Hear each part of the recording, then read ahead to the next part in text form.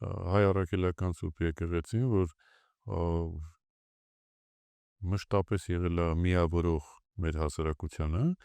եւ շատ ողջունելի է, որ վեհափառ հայրապետը շատ հավասարակշռված է պահում իրան, պատկերացնում եք, որ ասենք նույն կերպ պատասխան ստանար, այսինքն կա չէ, կտակարանում խոտորնակ, եթե նույն ձևով վարվեին իշխանությունների հետ, ինչ կկատարվեր մեր ազգի հետ։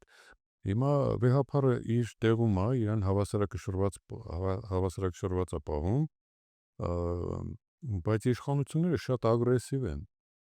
որը շատ վտանգավոր է մեր հասարակության համար։ Չի կարա իշխանությունը այդքան ագրեսիվ լինի սեփական ժողովրդի հանդեպ։ Այս մարդիկ չեն հասկանում, որ իրանք բոլորի ղեկավարն են։ Եվ եթե դեմոկրատական հասարակարգ կա, ժողովրդավարական, որի մասին իրանք խոսում էին,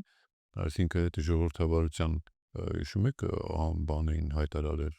սիրո եւ համերաշխության գաղափարներով եկան, վերածվել են այսօր